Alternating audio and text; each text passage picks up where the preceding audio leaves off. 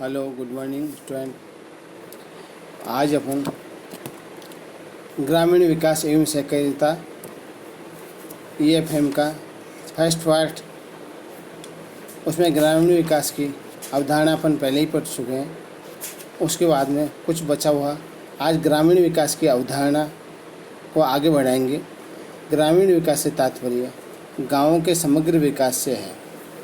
ग्रामीण विकास का विस्तृत अर्थ जानने के लिए गांव तथा विकास का अर्थ याद होना आवश्यक है। एक सामुदायिक इकाई जहां एक निश्चित संख्या में लोग निवास करते हैं गांव कहलाता है। 1981 की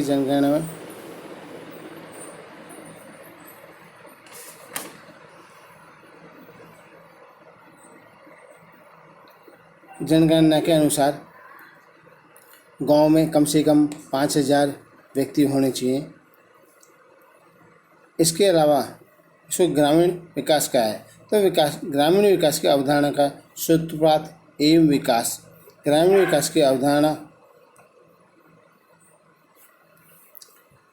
का सूत्रपात महात्मा गांधी के इस कथन से हुआ है, भारत की आत्मा गांव में बसती है। जब तक गांवों का विकास नहीं होगा तथा गांव पुनः आत्मनिर्भर नहीं होंगे तब तक देश का विकास नहीं हो सकता। ग्रामीण विकास के संबंध में गांधी जी की उपयुक्त अवधारणाओं को स्वीकार करते हुए प्रथम पंचवर्षीय योजना में कृषि विकास को उच्च प्राथमिकता दी गई, लेकिन इसके बाद पंडित नेहरू ने औद्योगिक विकास पर अधिक बल दिया। श्री लाल बहादुर शास्त्री ने जय जवान जय किसान का नारा देकर कृषि के महत्व को पुनः प्रतिष्ठित किया तथा श्रीमती इंदिरा गांधी ने ग्रामीण विकास का मार्ग प्रशस्त किया। महान सर्वोदयी श्री जयप्रकाश नारायण के समग्र क्रांति के आह्वान ने प्रत्यक्ष रूप से ग्रामीण विकास की अवधारणा को बल प्रदान किया। भारत के महान ग्रामीण अर्थशास्त्री एवं पूर्व प्रधानमंत्री स्वर्गीय श्री चरण सिंह के ग्रामीण विकास संबंधी दृढ़ विचारों ने 70 के दशक में भारत के राजनीतिकों एवं प्रशासकों को ग्रामीण विकास के लिए सोचने तथा योजना बनाने के लिए विवश किया। स्वर्गीय श्री राजीव गांधी ने अपने प्रधानमंत्री काल में ग्रामीण विकास तथा पंचायती राज व्यवस्था पर विशेष बल दिया। वर्तमान सरकार भी ग्रामीण विकास के बारे में अपने पूर्ववर्ती शासकों का अनुसरण कर रही है। ग्रामीण विकास में लोगों की आर्थिक दशा में सुधार के साथ सामाजिक परिवर्तन भी शामिल है। ग्रामीणों को आर्थिक विकास के अवसर उपलब्ध कराने के क्रम में ग्रामीण विकास कार्यक्रमों में लोगों की अधिक भागीदारी, योजनाओं का विकेंद्रीकरण, भूमि सुधारों का बेहतर क्रियान्वयन तथा आसानी से ऋण लेने को शामिल किया गया। प्रारंभ में विकास के लिए मुख्य बल कृषि उद्योग, संचार, शिक्षा, स्वास्थ्य तथा संबंधित क्षेत्रों पर दिया गया, लेकिन बाद में महसूस किया गया कि त्वरित विकास तभी हो सकता है जब सरकारी प्रयासों में निचले स्तर के लोगों को प्रत्यक्ष एवं परोक्ष भागीदारी हो। इसके मद्देनजर 31 मार्च 1952 में सामुदायिक विकास से संबंधित कार्यक्रमों को चलाने के लिए योजना आयोग के तहत सामुदायिक परियोजना प्रशासन संगठन की स्थापना की गई। 2 अक्टूबर 1952 को सामुदायिक विकास कार्यक्रम का शुभारंभ किया गया। यह ग्रामीण विकास के इतिहास में एक मील का पत्थर था।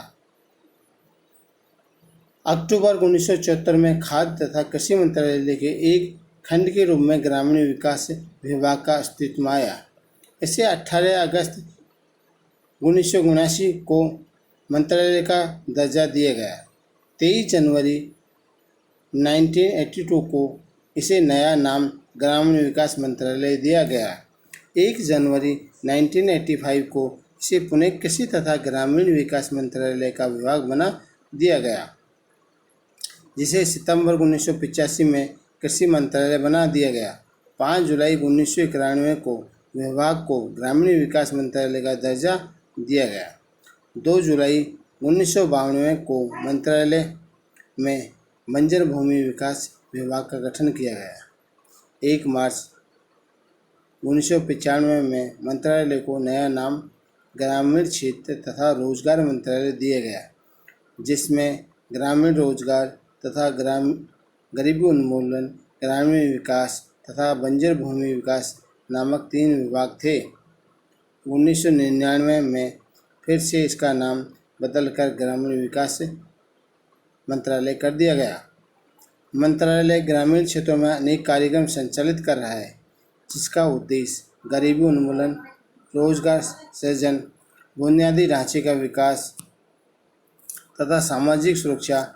मंत्रालय में इस समय 2 विभाग हैं, ग्रामीण विकास विभाग और भू संसाधन विभाग। ग्रामीण विकास की आवश्यकता। स्वतंत्रता के बाद भारत ने तीव्र गति से आर्थिक विकास किया। देश ने अनेक कठिनाइयों के बावजूद भारी उद्योगों, दूरसंचार, परमाणु ऊर्जा, अंतरिक्ष अनुसंधान, इलेक्ट्रॉनिक व सॉफ्टवेयर आदि विभिन्न क्षेत्रों में भी उल्लेखनीय प्रगति की। वह वस्तुतः सराहनीय है, खासकर यह देखते हुए कि कृषि आधारित अर्थव्यवस्था वाला एक देश जो दिन प्रतिदिन तेजी से बढ़ती हुई आबादी पर नियंत्रण के लिए जूझ रहा है, इतनी कामयाबी पा सका है। आज़ादी के बाद भारत ने उद्योगों में काफ़ी हद तक आत्मनिर्भरता प्राप्त करने के अलावा अपने औद्योगिक आधार का विस्तार करने में उल्लेखनीय सफलता पाई। साथ ही औद्योगिक क्षमता के विकास विस्तार के फलस्वरूप आज हम सिंचाई, विद्युत, परिवहन, दूरसंचार व खनन जैसे महत्वपूर्ण क्षेत्रों में काम आने वाले उपकरणों का निर्माण अपने ही देश में करने में सक्षम है। एक ऐसे राष्ट्र के लिए जिसकी अर्थव्यवस्था लंबी स्वतंत्रता के फलस्वरूप अत्यंत जर्जर थी और जिसे स्वतंत्रता प्राप्ति के समय बैलगाड़ी युग वाला देश कहा जाता था, यह कोई मामूली उपलब्धि नहीं है। उपयुक्त विवेचन से यह स्पष्ट है कि भारत ने गत 6 दशकों में अनेक क्षेत्रों में उन्नति की, लेकिन गुणात्मक दृष्टि से देखें तो अनेक सामाजिक आर्थिक समस्याएं न केवल आज भी विद्यमान हैं, बल्कि इनमें वृद्धि हुई है। गत 6 दशकों में आर्थिक शक्तियों का केंद्रीकरण बढ़ा है, क्षेत्रीय विषमताएं तथा बेरोजगारी बढ़ी है। विकास कार्यों के परिणाम स्वरूप व्यक्तिगत आय विषमता में वृद्धि हुई। हम प्रतिदिन ऐसे व्यक्तियों को देखते हैं जो बड़ी मुश्किल से इतनी आय अर्जित कर पाते हैं कि उनका न्यूनतम गुजर बसर हो सके। दूसरी तरफ ऐसे व्यक्ति भी हैं जिनकी आय अत्यधिक होती है। उनके पालतू कुत्तों को देखकर भले इतना खर्च किया जाता है कि एक आम आदमी अपने परिवार का भरण पोषण कर सकता है। देश में शहरी तथा ग्रामीण क्षेत्रों के लोगों को उपभोग स्तर में जमीन आसमान का अंतर है। जल, विद्युत, परिवहन, संचार, शिक्षा आदि सुविधाएं शेष क्षेत्रों में आम आदमी को अपेक्षाकृत आसानी से उपलब्ध हो जाती है। दूसरी ओर अनेक ग्रामीण क्षेत्र ऐसे हैं जहां स्वतंत्रता के इतने वर्षों बाद भी कोई विशेष विकास नहीं हुआ है।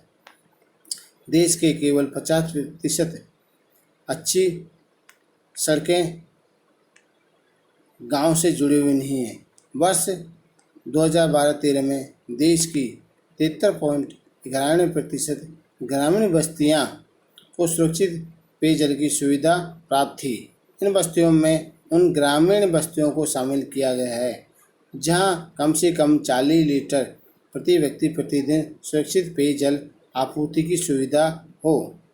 शेष 26.09% ग्रामीण बस्तियों को या तो आंशिक रूप से कवर किया गया है अथवा वहां पर पेयजल स्रोत दूषित है। ग्रामीण जलापूर्ति के अंतर्गत शामिल की गई बस्तियों से संबंधित राज्यवार असमानता को पिछड़े हुए राज्यों में सुधारे जाने की आवश्यकता है। करोड़ों ग्रामीण व्यक्तियों को अकाल की स्थिति में प्रति वर्ष ऐसे स्थानों पर पलायन करना पड़ता है जहां उन्हें स्वयं या अपने मवेशियों के लिए पानी, भोजन व चारा आदि मिल सके। जनगणना 2011 के अनुसार 84.2% ग्रामीण परिवारों को संशोधित पेयजल स्रोतों से नल के द्वारा, हैंडपंप, ढके हुए कुओं आदि से पेयजल की सुविधा प्राप्त थी।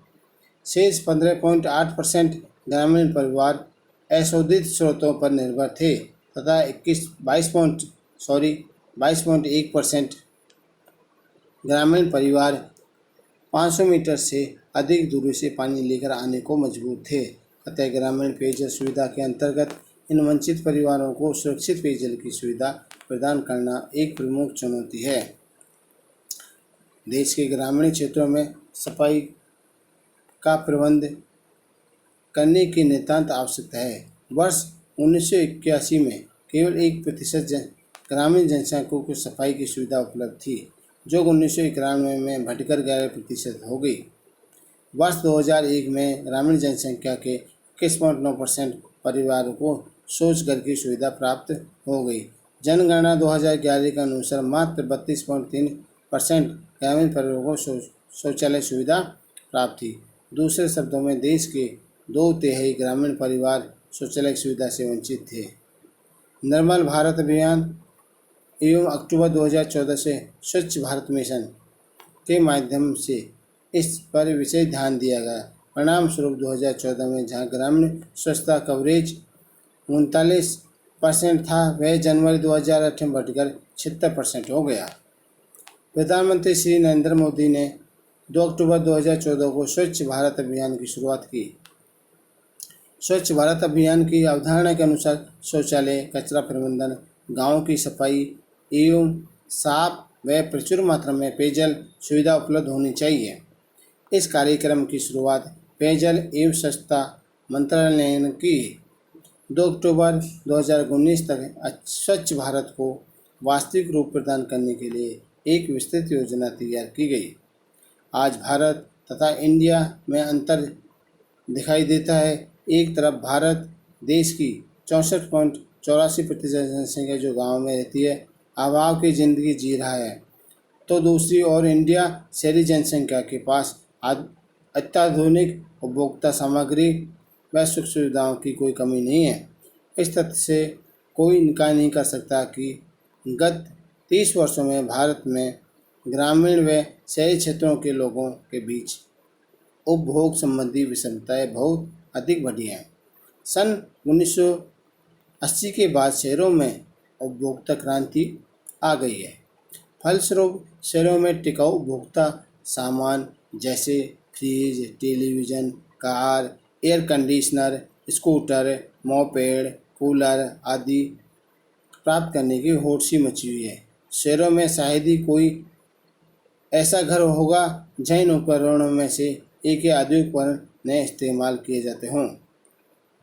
उपभोक्ता सामान का उपभोग करने वाली विश्व की तेज़ी से उभरती हुई अर्थव्यवस्थाओं में आज भारत का स्थान चीन के बाद दूसरा है।